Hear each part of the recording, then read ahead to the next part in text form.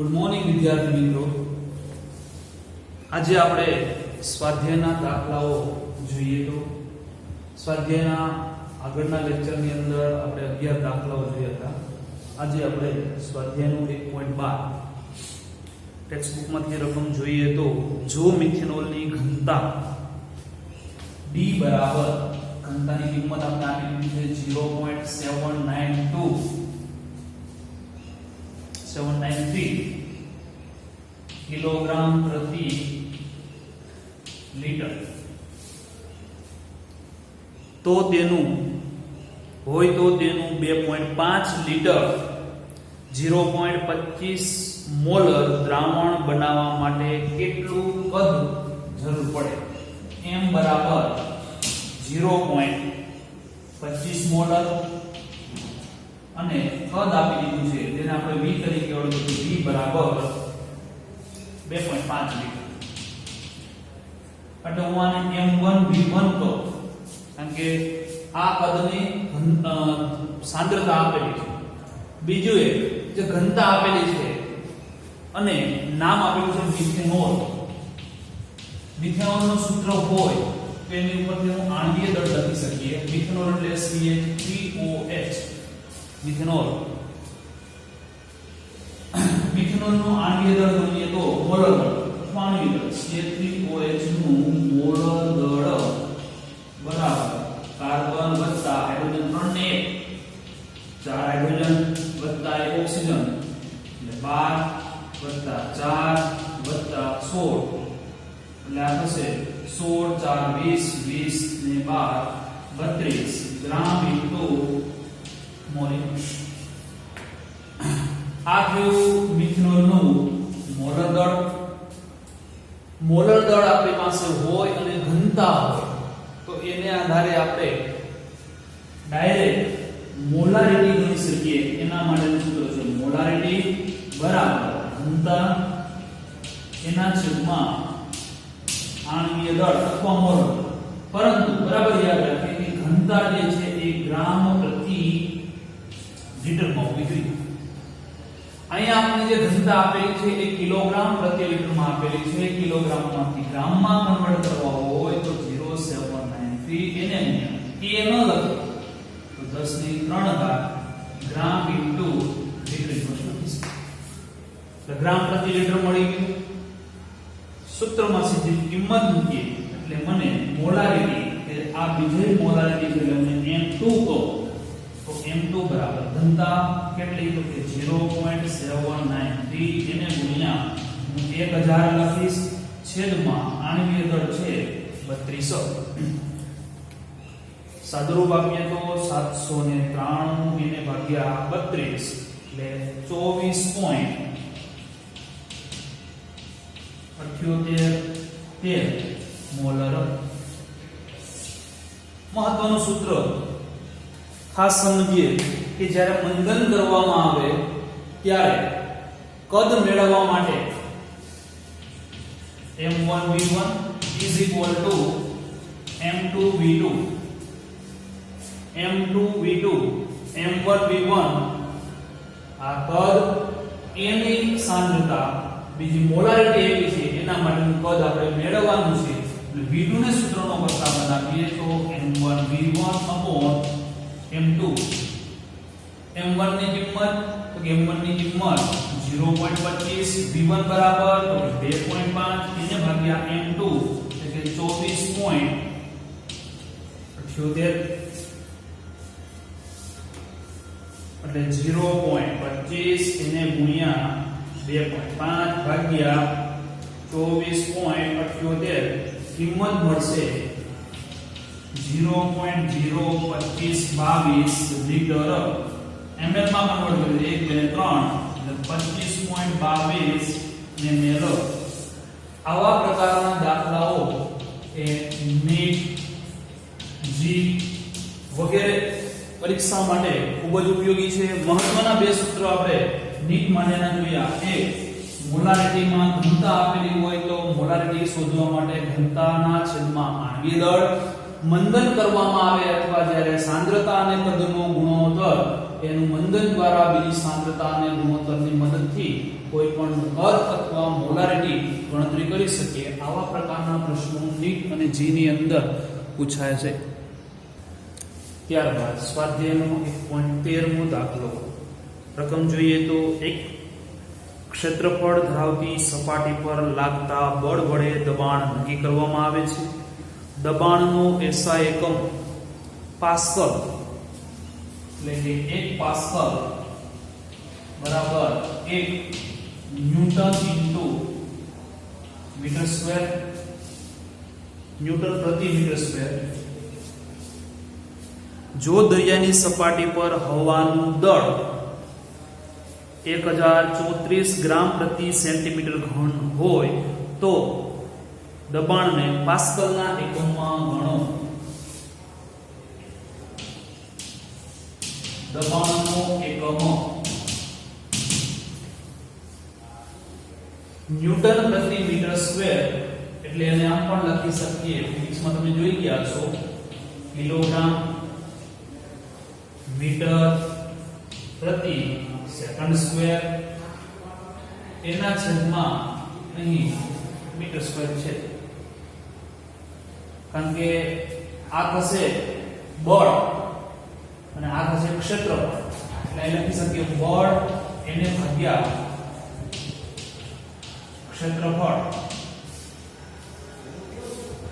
અહીં હવાનું દળ આપણે આપી દીધું છે. દળ જે આપેલું છે એ છે 1034 ગ્રામ પ્રતિ સેન્ટીમીટર સ્ક્વેર. આ જે દળ છે એને બળ બરાબર દળ ગુણ્યા પ્રવેગ, અહીં ગુરુત્વ પ્રવેગ એટલે કે 9.8 મીટર પ્રતિ સેકન્ડ સ્ક્વેર.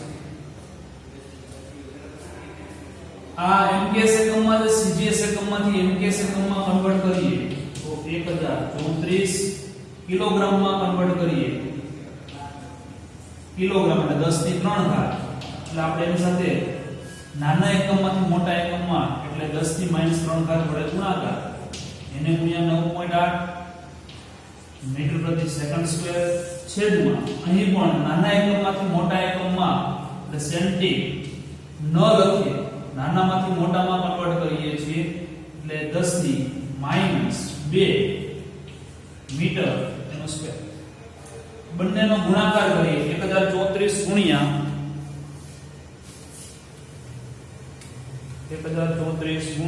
9.8, જવાબ મળે છે આપને 10133.2 ગુણ્યા 10 ની -3 કિલોગ્રામ મીટર પ્રતિ સેકન્ડ સ્ક્વેર છેદમાં -2 ગુણ્યા 2 એટલે આ થશે 10 ની -4, આ થશે મીટર સ્ક્વેર. આ એટલે ન્યૂટન અને પ્રતિ મીટર સ્ક્વેર. અહીં સાદું રૂપ આપીએ તો ઉપર જશે એટલે 1133.2 ગુણ્યા 10 ની -3 પ્લસ 4 ઉપર જશે એટલે +4 થશે. સરવાળો કરીએ એટલે 10 ની 1 ઘાત વચ્ચે આને લખી શકીએ ન્યૂટન પ્રતિ મીટર સ્ક્વેર. પોઈન્ટ ખસાડીએ તો 1 2 3 અને 4 એટલે 1.133 ગુણ્યા 10 ની 4 ઘાત. અહીંયા સાદું રૂપ આપતા વધે છે 10 ની 1 ઘાત. આના બરાબર શું લખી શકાય તો પાસ્કલ. પાસ્કલ તો જવાબ મળશે 1.0133 ગુણ્યા 10 ની 5 ઘાત પાસ્કલ. આ પ્રમાણે એનો જવાબ લખી શકીએ. ત્યાર પછી સ્વાધ્યાયનો 1.17મો દાખલો. એક પીવાના પાણીનો નમૂનો ખરાબ રીતે ક્લોરોફોર્મ વડે સંદૂષિત થયેલ છે. ક્લોરોફોર્મ કે જેનું સૂત્ર આપણે આપેલું છે CaCl3. સ્વભાવે કેન્સરજન્ય છે. સંદૂષિતનું પ્રમાણ 15 ppm, એટલે પાણીની અંદર 15 ppm ક્લોરોફોર્મનું પ્રમાણ છે. વિદ્યાર્થી મિત્રો, આ જ દાખલો સેમ બેઠો દાખલો ધોરણ 12 ની અંદર ચેપ્ટર નંબર 2 ની અંદર પણ આપણે જોઈશું. એની પહેલા આપણે અહીં ગણીએ તો 15 ppm એનો અર્થ શું થાય? p એટલે પાર્ટ્સ પર મિલિયન. મિલિયન એટલે 10 લાખ. 10 લાખ એટલે 10 ની 6 ઘાત. એટલે આમ કહી શકીએ કે 10 ની 6 ઘાત ગ્રામ પાણીમાં આપણે 15 ppm ક્લોરોફોર્મ એનો અર્થ લખીએ છીએ. એટલે કે 10 ની 6 ઘાત ગ્રામ પાણીમાં 15 ગ્રામ કોણ હશે? ક્લોરો. આ ppm નું અર્થઘટન થયું. આ અર્થઘટન બહુ જ મહત્વનું છે. આને આધારે પહેલા પ્રશ્નનો જવાબ દળ ટકામાં ગણતરી કરો. તો પહેલું દળ ટકા આપણે જાણીએ છીએ percentage W/W બરાબર દ્રાવ્યનું દળ. દ્રાવ્યનું દળ કેટલું છે? 15 ગ્રામ. એના છેદમાં દ્રાવણનું દળ એટલે 10 ની 6 ઘાત. ટકામાં કન્વર્ટ કરવા માટે આપણે 100 વડે ગુણાકાર કરીશું. ગુણ્યા 100%. ઉપર જશે 10 ની 2 ઘાત. આ ઉપર આવશે 15 ગુણ્યા 10 ની 2 ગુણ્યા ઉપર જશે 10 ની -6. સાદુરૂપ આપે આધાર સંખ્યા ઘાતાંકોનો સરવાળો 2 - 6. 2 - 6 કરીએ તો જવાબ આવશે -4. 15 ગુણ્યા 10 ની -4 ઘાત ટકા. હજી બસ 1.5 ગુણ્યા 10 ની -3 ઘાત W/W ક્લોરોફોર્મ. બીજો જવાબ. બીજો પ્રશ્ન આવો છે. પાણીના નમૂનામાં ક્લોરોફોર્મની મોલારિટી. મોલારિટી એટલે દ્રાવ્યનું દળ છેદમાં આપણે દ્રાવ્ય પદાર્થ તરીકે CHCl3 એનું મોલર દળ ગુણ્યા દ્રાવકનું દળ કિલોગ્રામમાં. દ્રાવ્યનું દળ આપણી પાસે છે કેટલું? તો કે 15. બીજું CHCl નું મોલર દળ તો કે કાર્બન વત્તા હાઇડ્રોજન વત્તા 3 કૌંસમાં ક્લોરીન 12 1 3 કૌંસમાં 35.5 એટલે 12 1 વત્તા 5 તેરી 15 વધી 1 5 તેરી 15 ને 1 16 વધી 1 3 તેરી 9 ને 1 10 106 ને 107 107 ને 119.5 6 3 9 119.5 ગ્રામ ઇન્ટુ મોલ ઇન્વર્સ. દ્રાવકનું દળ કિલોગ્રામમાં. દ્રાવકનું દળ કિલોગ્રામમાં અહીંયા 10 ની 6 ઘાત ગ્રામ આપેલી છે. 10 ની 6 ઘાત ના બે ભાગ કરે 10 ની 3 ઘાત ગુણ્યા 10 ની 3 ઘાત ગ્રામ. આપણે ખબર છે કે 10 ની +3 ઘાત ન લખવું હોય તો એની જગ્યાએ લખી શકીએ કે કિલોગ્રામ. કિંમત મૂકીએ તો સ્મોલ m બરાબર દ્રાવ્યનું દળ કેટલું છે? 15. દ્રાવ્ય પદાર્થનું મોલર દળ કેટલું છે? 119.5. એને ગુણ્યા 10 ની 3 ઘાત. સાદુરૂપ આપીએ એટલે કે 15 ભાગ્યા 119.5 બરાબર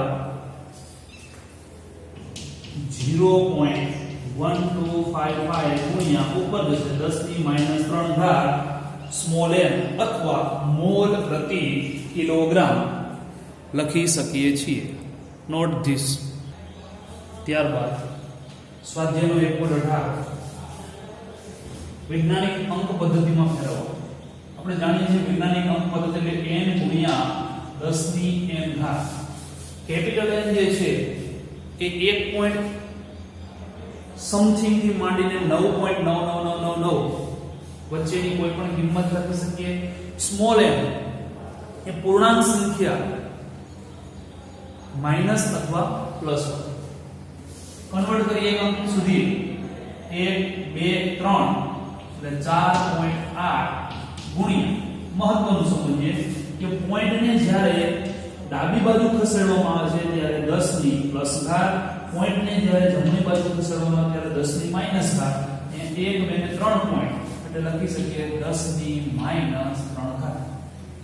અહીંયા પોઈન્ટ છે 1 2 3 4 5 એટલે એટલે 2.34 ગુણ્યા 10 ની 5 ઘાત 1 2 3 8.00 8 ગુણ્યા 10 ની 3 પોઈન્ટ ખસેડા 1 અને 2 એટલે 5.0 into 10⁻². અહીંયા 6.012 into કઈ પોઈન્ટ ખસેડા નથી એટલે 10 ની 0 ઘાત લખો તો પણ ચાલે અને કોઈ પણ ની 0 ઘાત એટલે કિંમત 1 અને ન લખો તો પણ એની એ જ વેલ્યુએશન લખી શકાય. એના પછી સ્વાધ્યાયનો 1.19 અસૂચક અથવા સાર્થક અંક નક્કી કરવાના છે. તો અહીં પહેલાની અંદર 0.0025 માત્ર ને માત્ર બે જ સાર્થક અંક છે. શૂન્ય સિવાયના અંકની ડાબી બાજુના શૂન્યને ગણતરીમાં લેવાના હોતા નથી એટલે માત્ર બે શૂન્ય સિવાયના અંકની વચ્ચે શૂન્ય હોય તેને ગણતરીમાં લેવાનો છે એટલે 3 બે શૂન્ય અંકની વચ્ચેના શૂન્યોને ગણતરીમાં લેવાના થશે એટલે 4.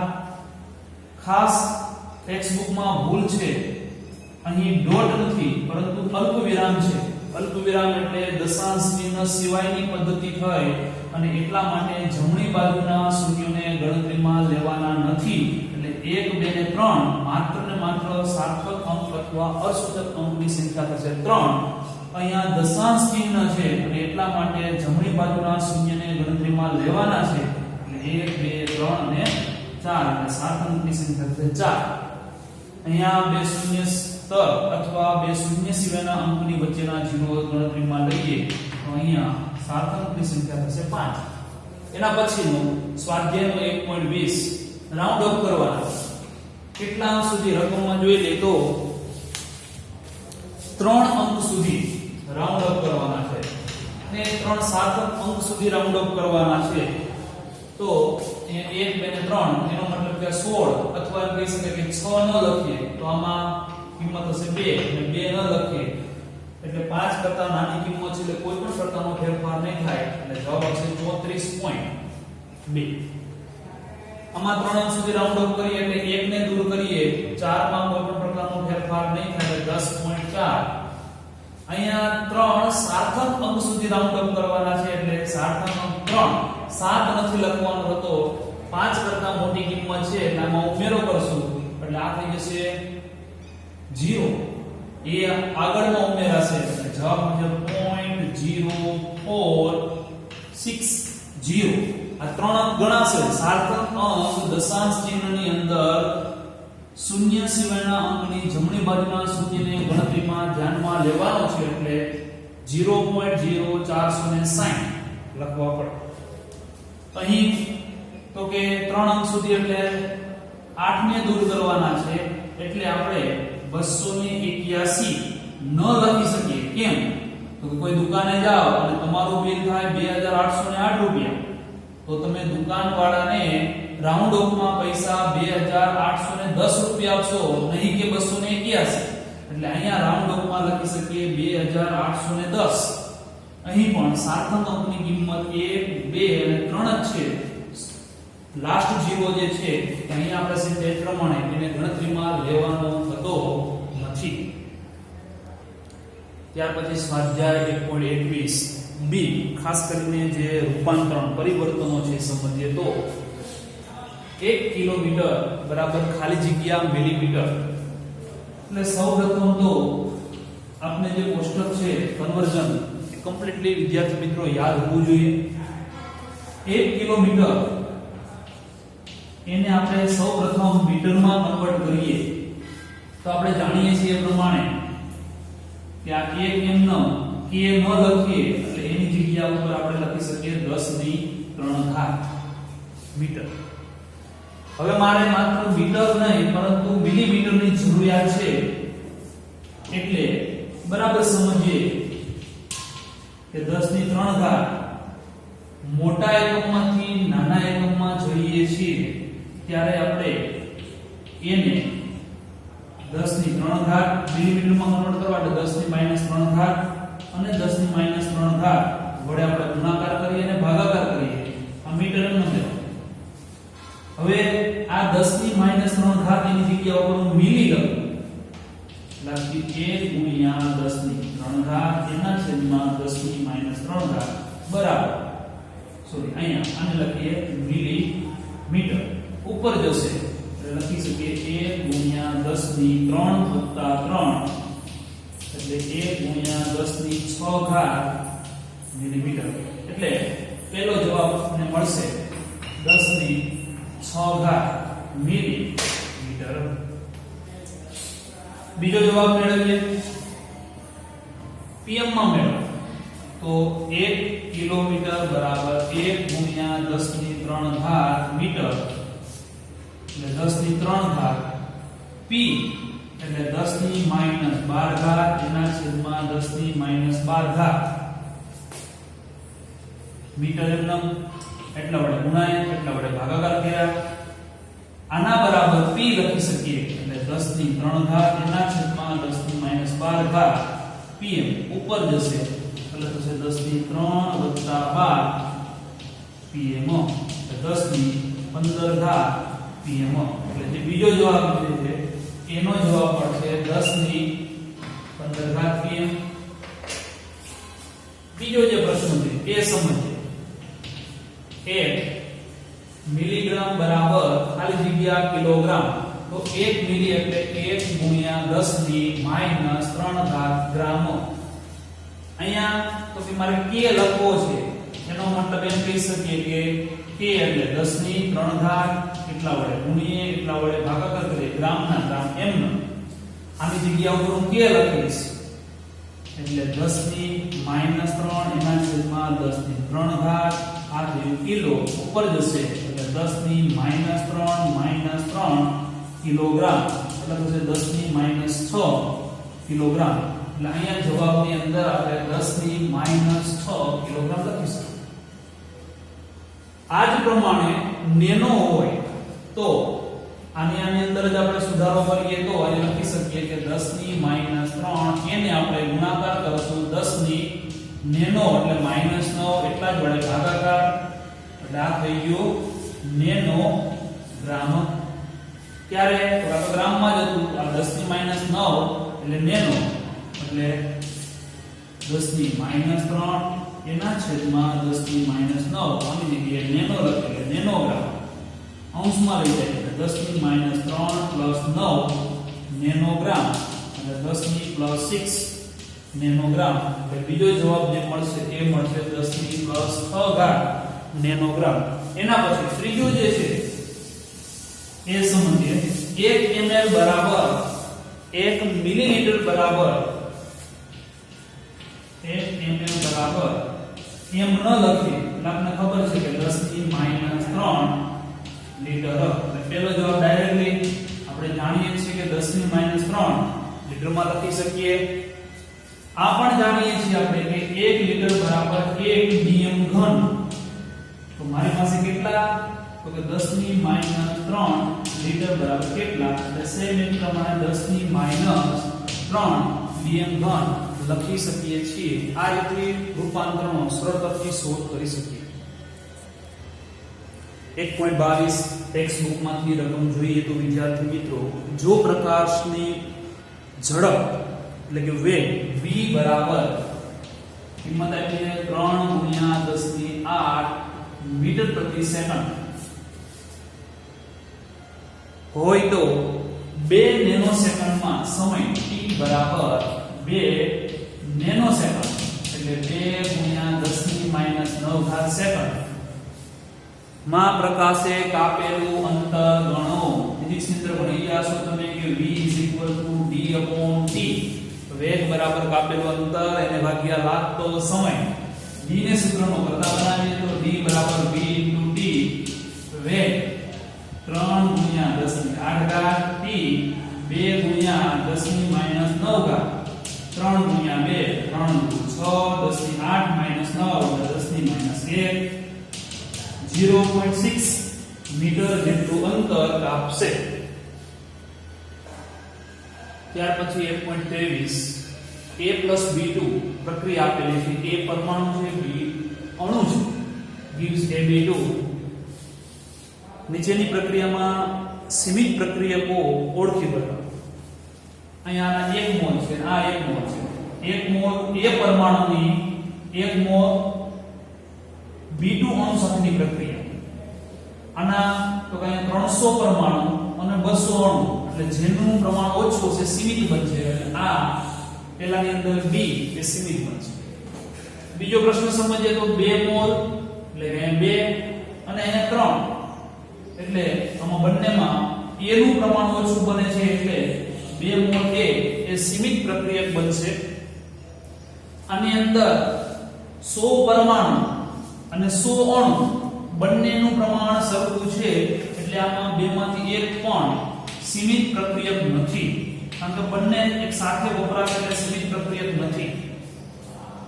આની અંદર તો કે 5 મોલ A અને 2.5 મોલ B એનો મતલબ કે આના અડધા મોલ છે એટલે આનું પ્રમાણ ઓછું છે એટલે આની અંદર 2.5 મોલ B એ સીમિત પ્રક્રિયક થશે. 2.5 મોલ A અને 5 મોલ B આની અંદર આનું પ્રમાણ ઓછું છે અને એટલા માટે આ સીમિત પ્રક્રિયક થશે. આ રીતે સીમિત પ્રક્રિયક મેળવી શકીએ.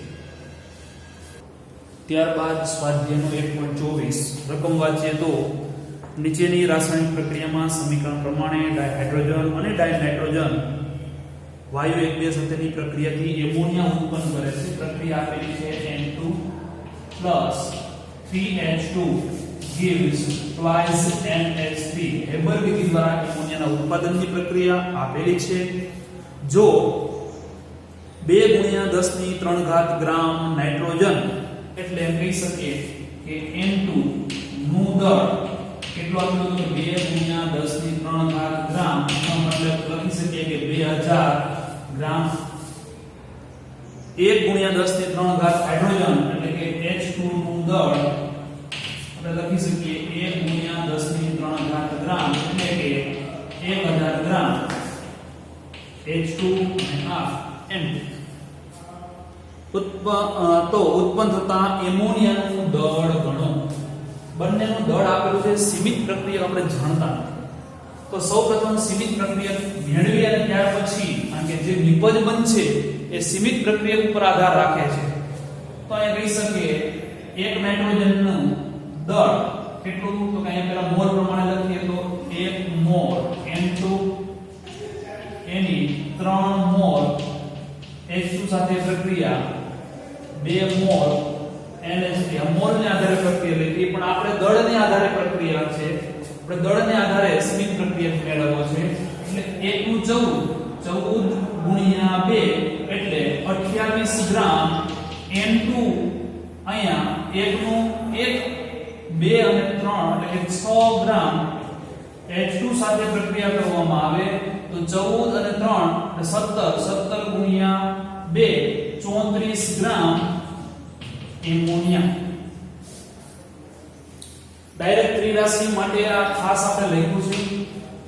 સીધું જ લખી શકીએ 28 ગ્રામ નાઇટ્રોજન સાથે 6 ગ્રામ હાઇડ્રોજન પ્રક્રિયા કરે છે તો મારી પાસે 2000 ગ્રામ નાઇટ્રોજન માટે હાઇડ્રોજનનું દળ કેટલું હોવું જોઈએ. એટલે સૌપ્રથમ આમ લખીએ તો 28 ગ્રામ N2 સાથે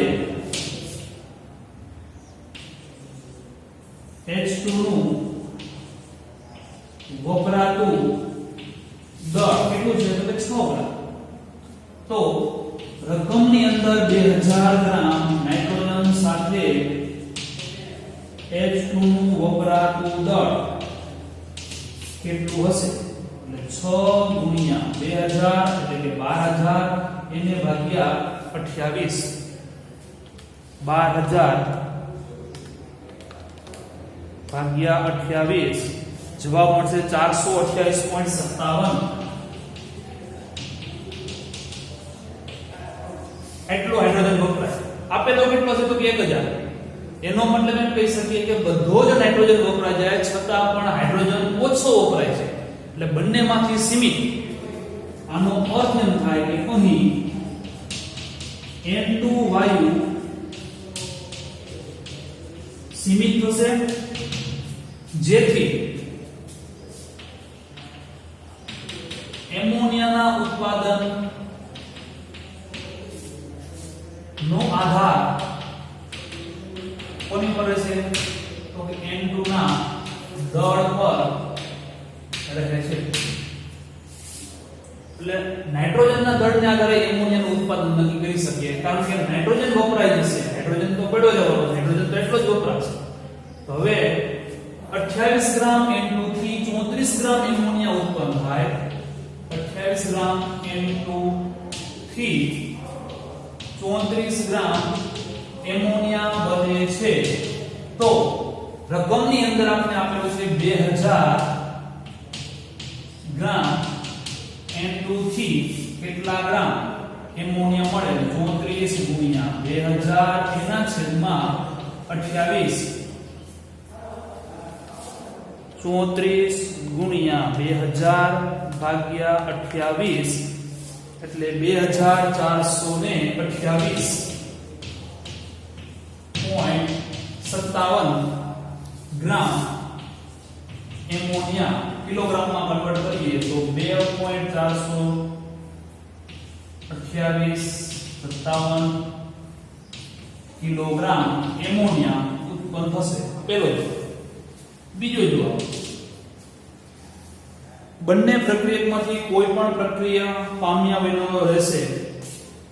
તો અહીં N2 સીમિત હોવાથી હાઇડ્રોજન પ્રક્રિયા પામ્યા વિના નો રહેશે. બીજો જવાબ. ત્રીજો પ્રશ્ન આ પ્રમાણે છે, જો હા, આ પ્રશ્નનો જવાબ આ જ છે, હાઇડ્રોજન બાકી જ રહે છે.